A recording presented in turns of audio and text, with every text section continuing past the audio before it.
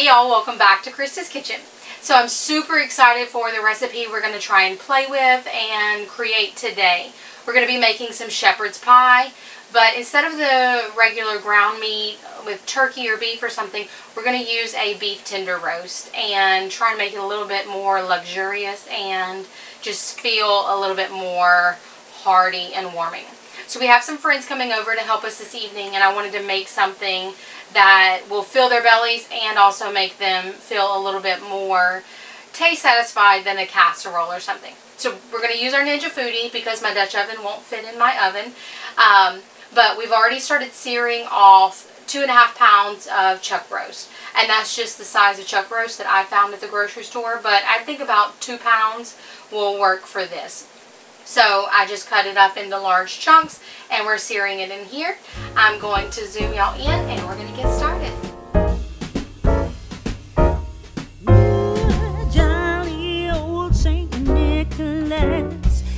So as you see, we seared our meat, but it is by no means all the way cooked. Just wanted some of that yummy browning on the outside of it. So, and I didn't sear it all at once. You want to do it in portions, that way it's not steaming, it's really getting that good sear. I'm going to add in 2 cups of water. You can use beef broth if you don't have the beef base. That's why I'm using water, because y'all know I love my base. So I'm going to add in 2 teaspoons of beef base.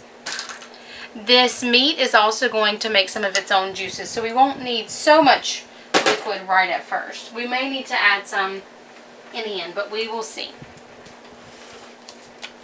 I'm also going to add in about a teaspoon of Worcestershire sauce.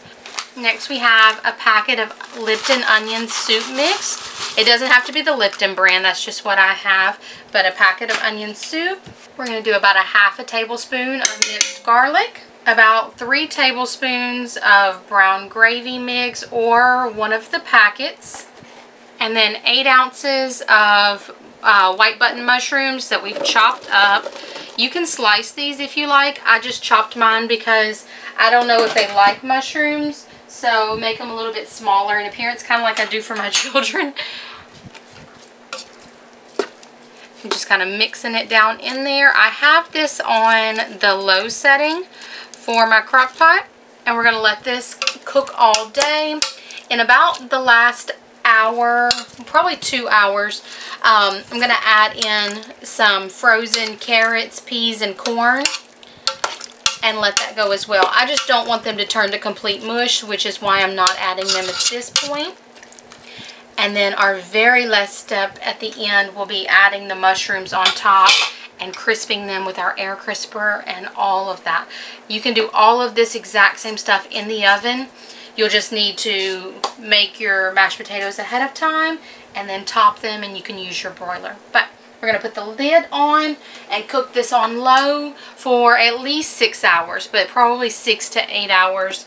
Let it go low and slow. That's how we're going to get the most tender meat. Okay, so I'm going to take out our chunks of beef now. It's been about 5 hours, and we're going to see if I can shred these up.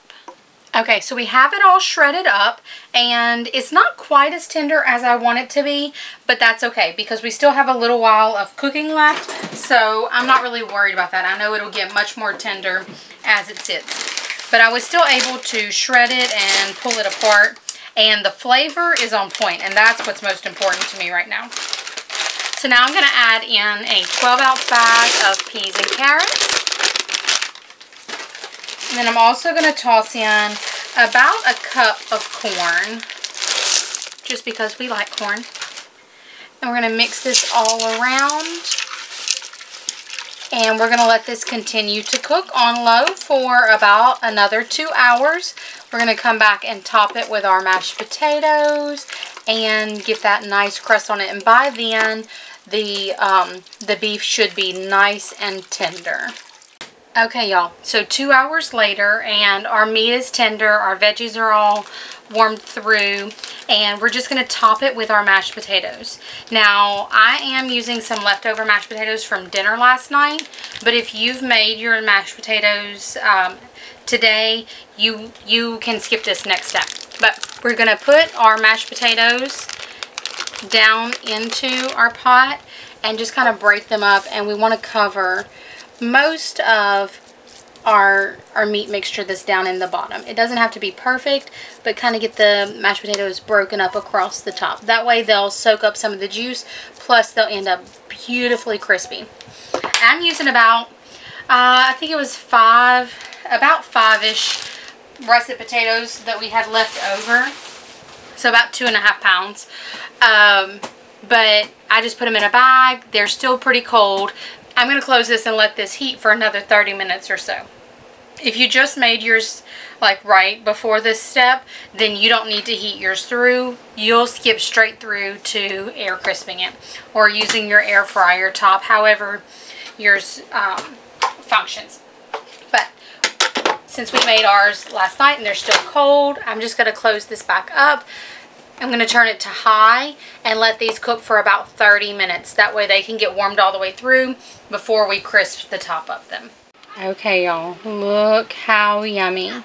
So all we did, we put our mashed potatoes right on top. I let mine heat through so that they would be all the way warmed, and then I turned on my air crisper for about 6 minutes just to get that crunch and that browning on top.